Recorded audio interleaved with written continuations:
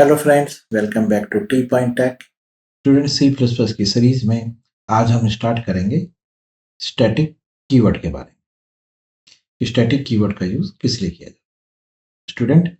Mainly जो static keyword का use जो किया जाता है वो मेमोरी मैनेजमेंट के लिए किया जाता है। इसका यूज आप वेरिएबल के साथ और फंक्शन के साथ करते हैं। अगर आप स्टैटिक कीवर्ड का यूज वेरिएबल के साथ या किसी क्लास के डेटा मेंबर के साथ करते हैं तो वो वेरिएबल और डेटा मेंबर स्टैटिक डिक्लेयर हो जाएगा और उसकी डिफ़ॉल्ट वैल्यू 0 हो जाएगी गार्बेज की जगह, और आप उसको केवल एक बार इनिशियलाइज कर सकते हैं और फिर वो दोबारा से इनिशियलाइज नहीं होगा, यानी कि वो अपनी प्रीवियस वैल्यू को ही रिटेन करके चलेगा। और स्टैटिक जो है वो थ्रू आउट द प्रोग्राम अपनी मेमोरी एलोकेट यानी कि बनाए रखते हैं, वो डी एलोकेट नहीं होते। Throughout the program static variable exist करेगा। क्लियर है? स्टैटिक वेरिएबल जो है, अगर वो किसी क्लास का डेटा मेंबर है तो वो उस क्लास के सभी ऑब्जेक्ट के साथ कॉमन मेमोरी शेयर करेगा। क्लियर है? चलिए इसको एक बार हम थ्योरेटिकल और कुछ पॉइंट्स इसके हैं जो इंपॉर्टेंट पॉइंट्स हैं उनको समझते हैं, फिर आपको स्टैटिक वेरिएबल का प्रोग्राम बना के दिखाएंगे। इसी तरह से स्टैटिक फंक्शंस आएंगे, फिर उनके बारे में डिस्कस करेंगे। चलिए स्टार्ट करते हैं स्टूडेंट।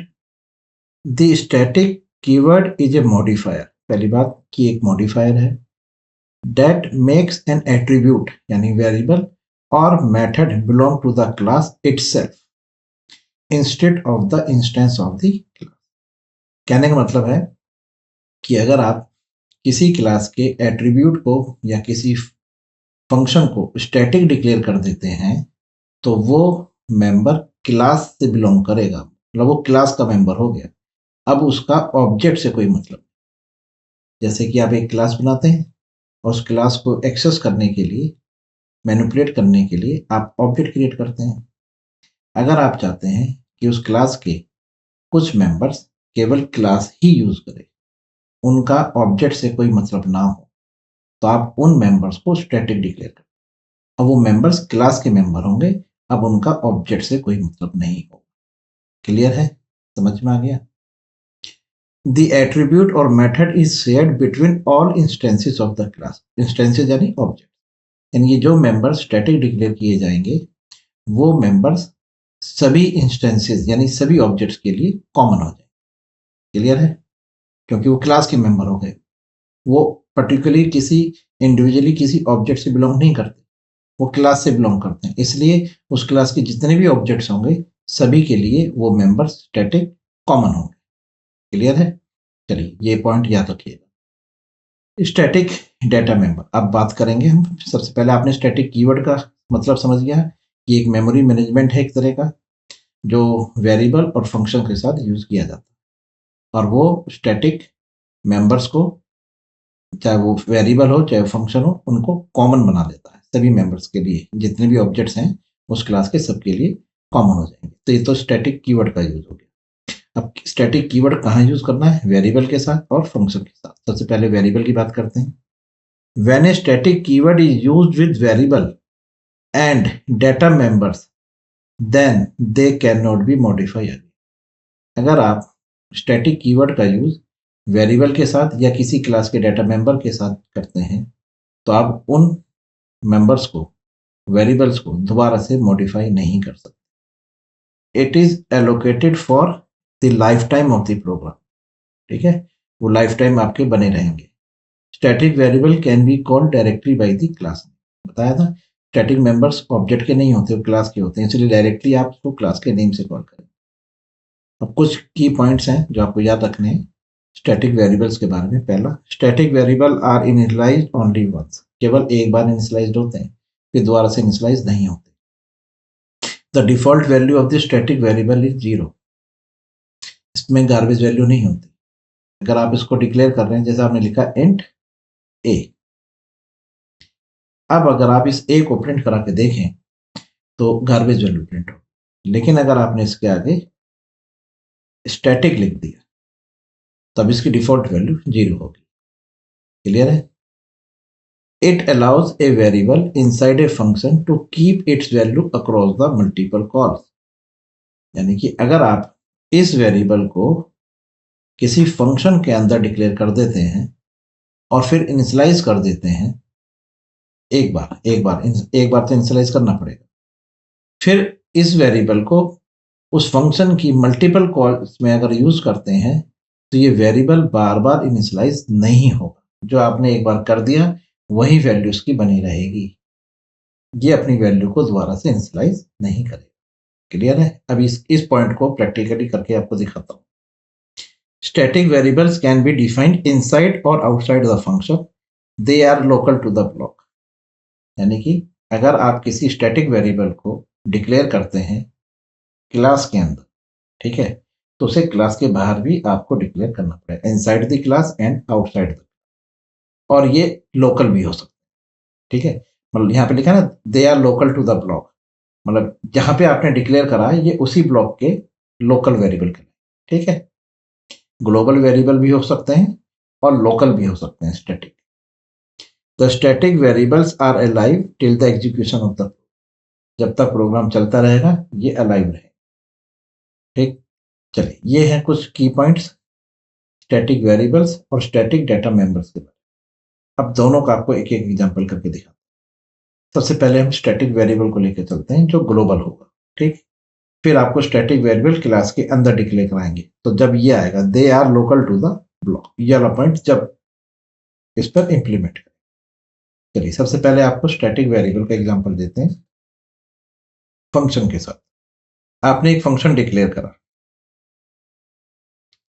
void display. ओके, अब आप यहाँ पे एक इंटीजर वेरिएबल a डिक्लेयर कर रहे हैं जिसकी वैल्यू आपने डिफॉल्ट वैल्यू 0 रखी। ठीक है, फिर आप इसी के नीचे आप लिखते हैं a equal to a plus, इसके अंदर आप डिस्प्ले में कोई वैल्यू पास कर रहे हैं x, आपने a में x का सम कर दिया a प्लस एक्स, और फिर आप यहां से लिखते हैं रिटर्न करें a, रिटर्न टाइप इंटीजर। तो आपने एक डिस्प्ले नाम से फंक्शन डिक्लेयर करा है जिसकी एक इंटीजर टाइप आर्गुमेंट है, और उसके अंदर आपने एक वेरिएबल लिया है a जिसकी इनिशियल वैल्यू 0 है, और फिर आप लिखते हैं a equal to a plus x और रिटर्न करते हैं a की वैल्यू। क्लियर है? चलिए अब आप यहाँ पर डिस्प्ले को कॉल करके देखिए, आपने पहली बार डिस्प्ले को कॉल करा 2 के साथ। अभी इसकी वैल्यू जो रिटर्न टाइप आएगी वो आप किसी वेरिएबल आपने w में गेट कर ली जो सम होकर आएगी, और वो आपने उसको सी आउट करा w। ठीक, फिर आपने दोबारा डिस्प्ले को कॉल किया,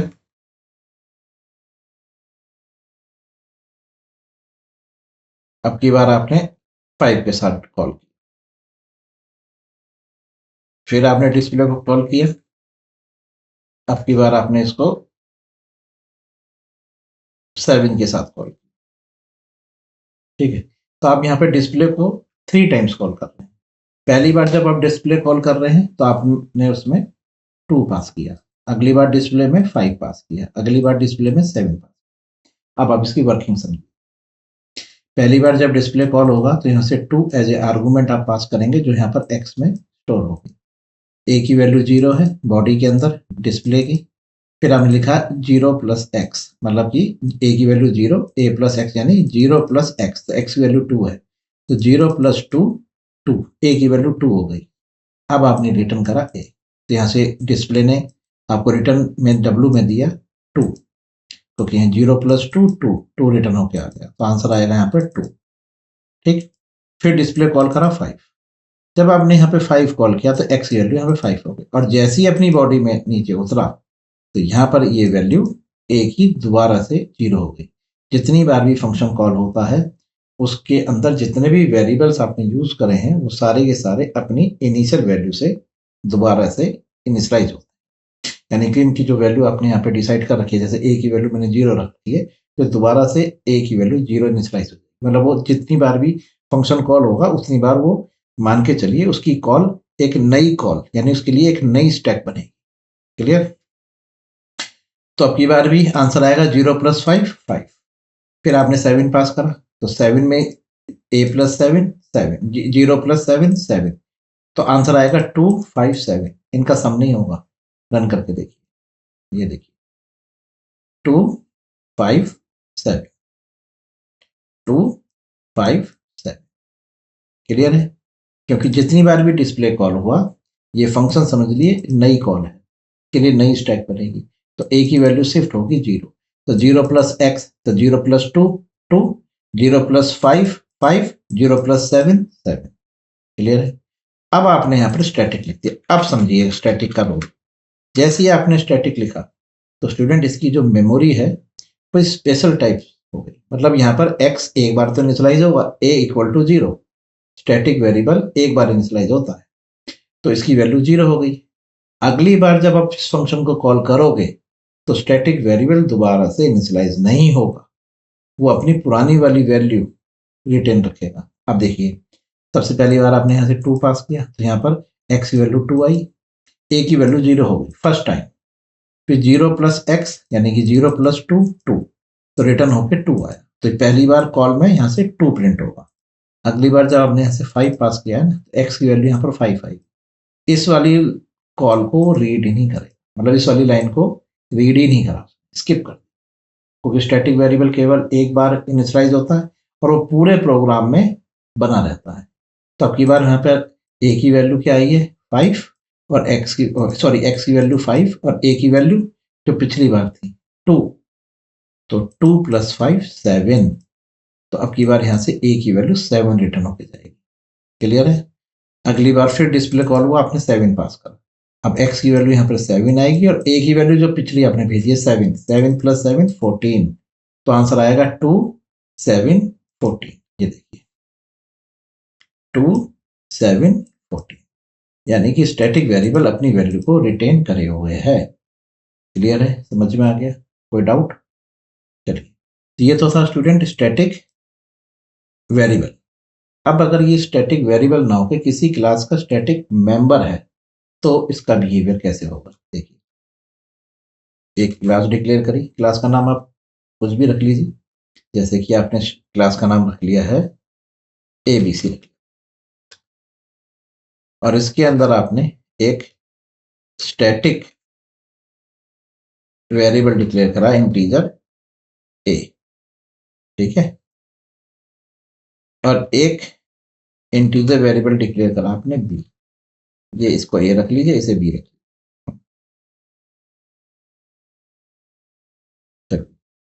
और ये दोनों पब्लिक है।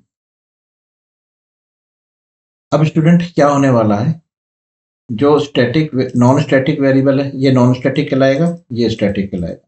जो नॉन स्टैटिक है ये वाला variable a will share individual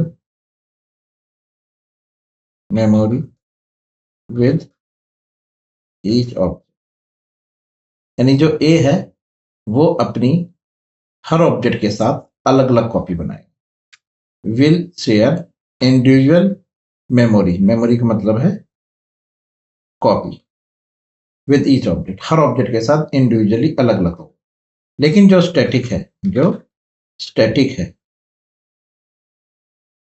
will share common memory, यानी कि उसकी common copy with each object, her object के साथ कॉमन मेमोरी। क्लियर है? एक बात और याद रखिएगा, जो क्लास के स्टैटिक वेरिएबल होते हैं इनको क्लास के अंदर और क्लास के बाहर भी डिक्लेयर किया जाता है। तो आप क्लास के बाहर जब आप इसको डिक्लेयर करेंगे तो आप यहाँ लिखेंगे ABC का स्कोप, क्योंकि आप यहाँ लिखेंगे ना इंट b, तो जब आप यहाँ पे लिखेंगे इंट b, ये आपसे पूछेगा कि इंटीजर टाइप वेरिएबल जो है, जैसे आपने लिखा इंट b, ठीक, तो ये तो ग्लोबल वेरिएबल हो गया ना। कैसे बताया जाए कि ये वेरिएबल b जो है ये वाला वेरिएबल है, तो इस क्लास का स्कोप इसके साथ लिख दीजिए, लिख दीजिए ABC का स्कोप। तो मतलब ये हुआ कि जो ABC के स्कोप में b है उसको आपने डिक्लेयर करा, तो इनसाइड द क्लास और आउटसाइड द क्लास आपको डिक्लेयर करना। तब ये अपनी मेमोरी पूरे प्रोग्राम में बनाए रखे।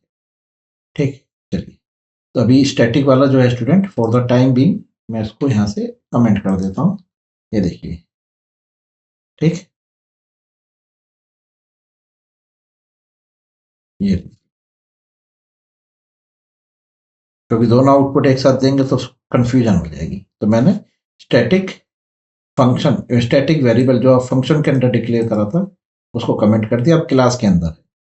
अब आपने इस क्लास ABC के 3 ऑब्जेक्ट बनाए, object 1, okay, object 2, object 3। Please, तो यहां पर आपके पास क्लास ABC के 3 ऑब्जेक्ट। तो स्टूडेंट ऑब्जेक्ट 1 के साथ A और B है, तो ऑब्जेक्ट 1 के साथ जो A है वो अलग है, ऑब्जेक्ट 2 के साथ A अलग है, ऑब्जेक्ट 3 के साथ A अलग है, यानी कि A ऑब्जेक्ट 1, ऑब्जेक्ट 2, ऑब्जेक्ट 3 के साथ अलग अलग मेमोरी एलोकेट कराएगा, यानी कि A की जो कॉपी है वो तीनों ऑब्जेक्ट्स के लिए अलग अलग है, और जो B की है कॉपी वो तीनों ऑब्जेक्ट के लिए कॉमन है।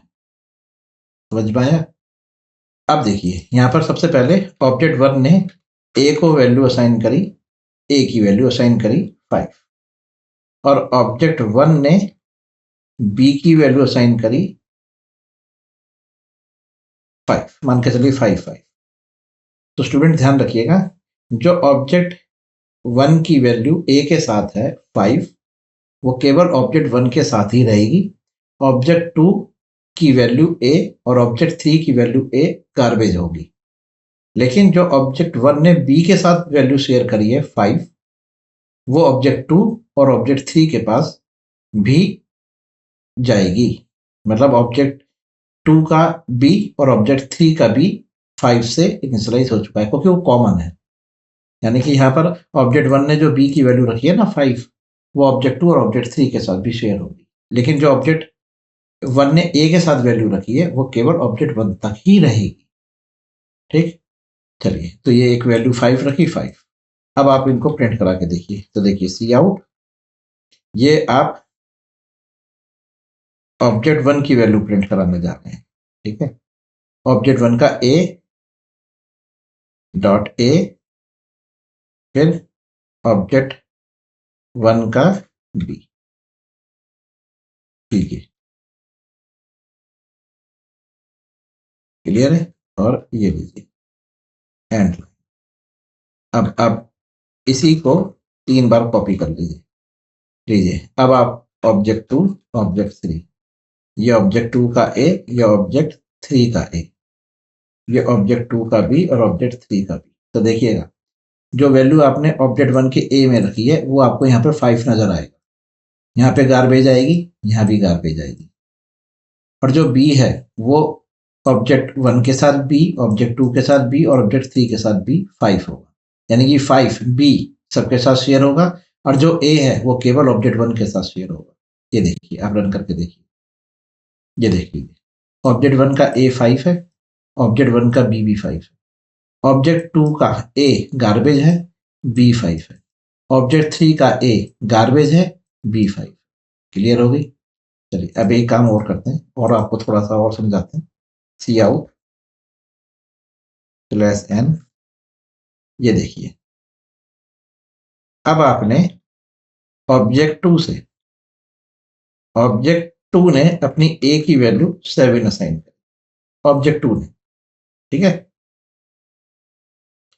ऑब्जेक्ट 2 ने B की वैल्यू असाइन करी 7 7 7। अब क्या होगा, ऑब्जेक्ट 1 का जो A है वो चेंज नहीं होगा, वो 5 है, 5 ही रहेगा। ऑब्जेक्ट B का A 7 हो जाएगा, ऑब्जेक्ट 3 का A गार्बेज होगा, और जो वैल्यू ऑब्जेक्ट 2 ने B में रखी है 7, वो A के साथ, B के साथ और C के साथ शेयर होगी। यानी कि ऑब्जेक्ट 1 ने जो B की वैल्यू 5 रखी थी वो चेंज हो जाएगी, वो 7 हो जाएगी, ऑब्जेक्ट 1 की भी, ऑब्जेक्ट 2 की भी, ऑब्जेक्ट 3 की भी, B की वैल्यू चेंज हो जाएगी तीनों की। लेकिन A की केवल उसी की चेंज होगी जिसने चेंज किया है। अब इसके बाद आप फिर एक बार तीनों ऑब्जेक्ट्स को दोबारा से प्रिंट करा के देखिए, ये देखिए, तो आप देखेंगे ऑब्जेक्ट 1 का जो ए है वो 5 है, लेकिन ऑब्जेक्ट 1 का बी चेंज हो गया है। सही है ना? अब देखिए ऑब्जेक्ट 2 का ए 7 है, बी भी 7 है। ऑब्जेक्ट 3 का ए गार्बेज है, बी 7 है। यानी कि जो वैल्यू बी में चेंज हो रही है इस बी में, वो सभी ऑब्जेक्ट के साथ शेयर की जा रही है, लेकिन जो वैल्यू ए में चेंज हो रही है वो केवल उसी की हो रही है जिस ऑब्जेक्ट ने की है। ये डिफरेंस है स्टूडेंट, स्टैटिक और नॉन स्टैटिक डेटा मेंबर। एक काम और करते हैं स्टूडेंट्स, एक बार ऑब्जेक्ट 3 को भी इनिशियलाइज करके देखते हैं। Object 3 dot a equal to 9 और object 3 dot b equal to 9। ठीक है, अब आप फिर दोबारा से इसको प्रिंट करा के देखिए। अब आपको क्या मिलने वाला है? अब आपको देखने को मिलेगा कि जो वैल्यू ऑब्जेक्ट 1 के साथ ए की है वो 5 रहेगी, ऑब्जेक्ट 2 के साथ जो ए की है वो 7 रहेगी, ऑब्जेक्ट 3 के साथ जो ए है वो 9 हो जाएगा। लेकिन जो बी है ऑब्जेक्ट 1 के साथ बी, ऑब्जेक्ट 2 के साथ बी, ऑब्जेक्ट 3 के साथ बी, वो 9 हो जाएगा। ये देखिए,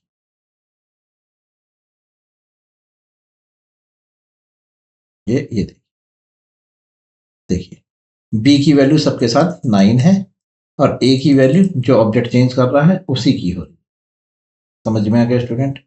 ये डिफरेंस है स्टूडेंट हमारा स्टैटिक डेटा मेंबर्स में।